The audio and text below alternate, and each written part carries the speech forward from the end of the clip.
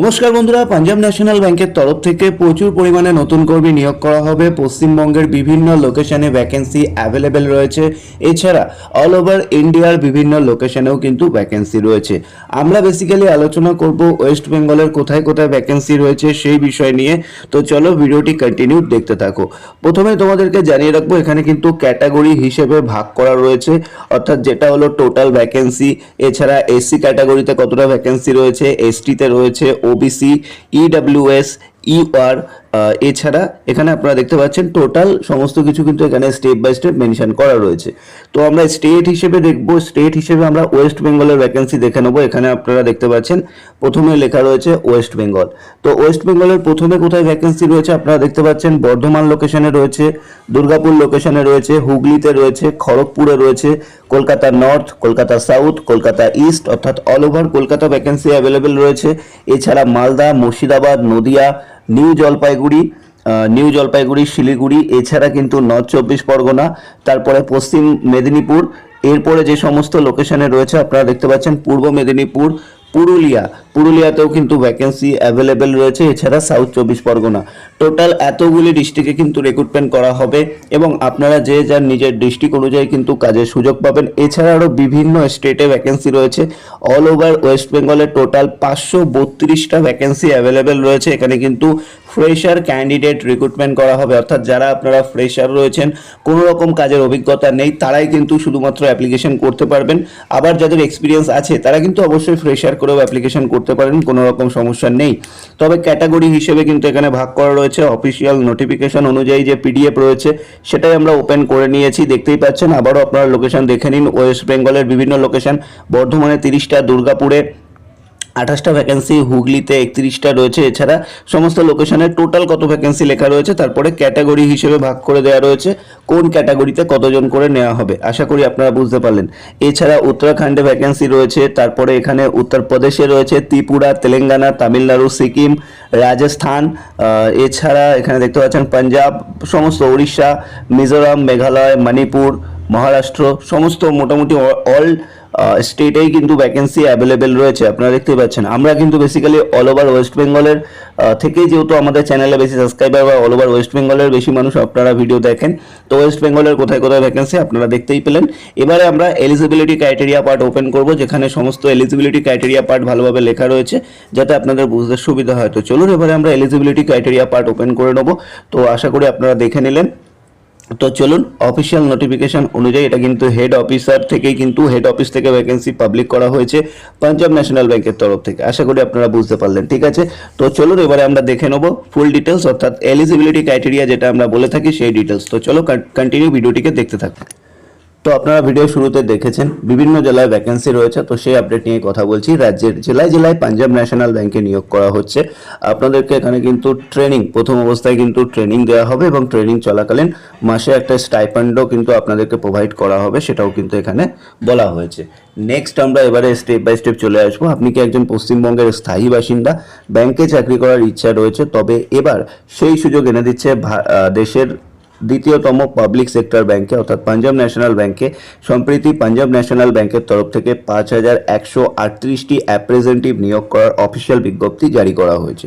অর্থাৎ 5000 plus vacancy রয়েছে। আমাদের ওয়েস্ট বেঙ্গলে 500 প্লাস ভ্যাকেন্সি অ্যাভেলেবেল রয়েছে।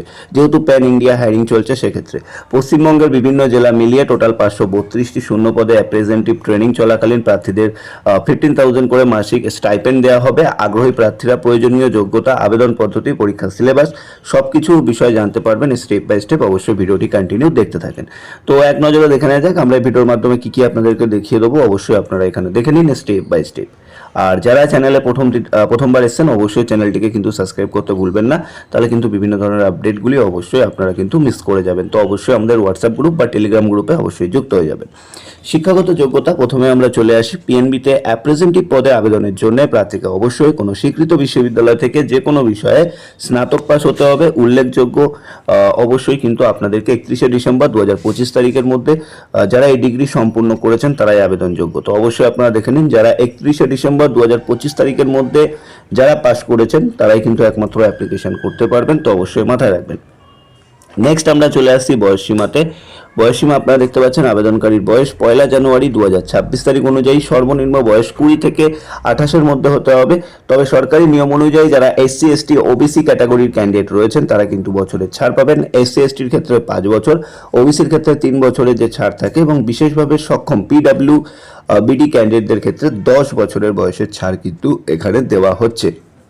আবারও বলে রাখছি, আবেদনকারীর ক্ষেত্রে 1 জানুয়ারি 2026 তারিখ অনুযায়ী সর্বনিম্ন বয়স 20 থেকে 28। নিয়ম অনুযায়ী সংরক্ষিত শ্রেণীর প্রার্থীরা এসসি এসটি যারা রয়েছেন তারা 5 বছরের ছাড় পাবেন, ওবিসি ক্যান্ডিডেটরা 3 বছরের ছাড় পাবেন, আর বিশেষভাবে সক্ষম যেটা রয়েছে পিডব্লিউবিডি প্রার্থীরা 10 বছরের ছাড় কিন্তু আপনারা পেতে চলেছেন যারা অ্যাপ্লিকেশন করবেন। মাসিক স্টাইপেন্ডের ক্ষেত্রে প্রার্থীদের 1 বছরের জন্য ট্রেনিংয়ে নিয়োগ করা হবে। ট্রেনিং চলাকালীন নিম্নলিখিত হারে মাসিক স্টাইপেন্ডও কিন্তু আপনাদেরকে দেওয়া হবে। তারপরে স্টেপ বাই স্টেপ চাকরিতে রিক্রুটমেন্ট করা হবে। স্টাইপেন্ড চলাকালীন আপনারা দেখতে পাচ্ছেন প্রার্থী যদি বলা যায় এখানে দুটো হিসেবে কিন্তু ভাগ করা হয়েছে প্রার্থীদেরকে কিভাবে দুটো পদে ভাগ করা হয়েছে আপনারা দেখতে পাচ্ছেন। একটা হলো মেট্রো সিটির প্রার্থী আর একটা হলো শহরে বা আধা শহরে, অর্থাৎ যেটা মফস্বল এরিয়া বলা হয়, সেক্ষেত্রে যারা মেট্রো সিটি রয়েছেন তাদের স্টাইপেন্ড এটা থাকবে, আর যারা তার বাইরে রয়েছেন তাদের স্টাইপেন্ড এটা থাকবে অ্যাজ পার কোম্পানি রুলস। আশা করি আপনারা বুঝতে পারলেন। নেক্সট আমরা এখানে চলে আসছি নেক্সট পেজে। পাঞ্জাব ন্যাশনাল ব্যাংকে অ্যাপ্রেজেন্টেটিভ পদে নিয়োগের জন্য 3টি ধাপ অতিক্রম করতে হবে। অনলাইন পরীক্ষা, প্রথমে একটি এমসিকিউ ভিত্তিক পরীক্ষা নেওয়া হবে। পরীক্ষার প্যাটার্ন নিচে বিস্তারিত দেওয়া হলো, কিভাবে কি থাকবে সেটা আপনারা বেসিক দেখে নিন। এর আপডেট আপনারা আমাদের টেলিগ্রাম গ্রুপ বা হোয়াটসঅ্যাপ গ্রুপে পেয়ে যাবেন, তো অবশ্যই কিন্তু সকলে জয়েন করে যাবেন। ঠিক আছে, টোটাল 100 নম্বরের হবে। তার মধ্যে প্রথম জেনারেল ফিনান্সিয়াল অ্যাওয়ারনেসের ওপর থাকবে, জেনারেল ইংলিশ, এছাড়া দেখতে পাচ্ছেন কম্পিউটার নলেজ, এগুলো বেসিক থাকছে, সমস্ত নাম্বার এই হিসেবে ভাগ করা থাকবে। নেক্সট, পাঞ্জাব ন্যাশনাল ব্যাংকে অ্যাপ্রেজেন্টেটিভ পদে নিয়োগের জন্য প্রার্থীদের 3টে ধাপ অতিক্রম করতে হবে, সেটা আমরা বলে দিয়েছি। স্থানীয় ভাষা, যে রাজ্যের জন্য প্রার্থী আবেদন করছেন তাকে সেখানকার স্থানীয় ভাষা সংক্রান্ত একটি পরীক্ষা নেওয়া হবে। পশ্চিমবঙ্গের ক্ষেত্রে বাংলা বা নেপালি জানাটা বাধ্যতামূলক। তো যেখানে যে ভাষাটা চলে আর কি, ঠিক আছে, আমাদের কলকাতার ক্ষেত্রে যেমন বাংলা চলে, তো বাংলা ভাষায় আপনাদের কিন্তু একটা পরীক্ষা নেওয়া হবে। আর যারা মোটামুটি শিলিগুড়ি জলপাইগুড়ি ওই সাইডে রয়েছেন, মোটামুটি নেপালি ভাষায় কথা বলার দক্ষতা থাকতে হবে। মেডিকেল পরীক্ষা ও নথিপত্র যাচাই হিসেবে সর্বশেষ উত্তীর্ণ প্রার্থীদের মেডিকেল চেক আপ এবং অরিজিনাল সার্টিফিকেট ভেরিফিকেশনের জন্য ডাকা হবে, তো সেটা ডাকা অবশ্যই হবে, সেটা জানিয়ে দেওয়া হবে। নেক্সট, এখানে বলা হয়েছে আবেদন ফি, অর্থাৎ অ্যাজ পার রুলস।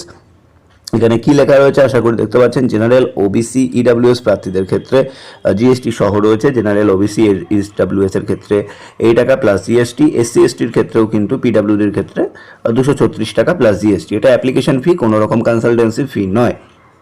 আশা করবো আপনারা স্টেপ বাই স্টেপ সমস্ত ডিটেলস পেয়ে গেলেন। এবার আপনারা যারা অ্যাপ্লিকেশন করতে চাইছেন বা ভাবছেন কীভাবে অ্যাপ্লিকেশন করব, আপনাদের সবাইকেই বলবো আপনারা আমাদের হোয়াটসঅ্যাপ গ্রুপ বা টেলিগ্রাম গ্রুপে তাড়াতাড়ি জয়েন করুন, যার লিঙ্ক আমরা আমাদের ভিডিও ডেসক্রিপশন বক্সে দিয়ে রেখেছি। অ্যাপ্লিকেশন লিঙ্ক আপনারা স্টেপ বাই স্টেপ পেয়ে যাবেন। সেক্ষেত্রে অবশ্যই তাড়াতাড়ি আমাদের হোয়াটসঅ্যাপ গ্রুপ বা টেলিগ্রাম গ্রুপে জয়েন করুন। আর ভিডিওটি ভালো লাগলে লাইক কমেন্ট শেয়ার করুন। ভালো থাকবেন, সুস্থ থাকবেন, কথা হচ্ছে নেক্সট ভিডিও।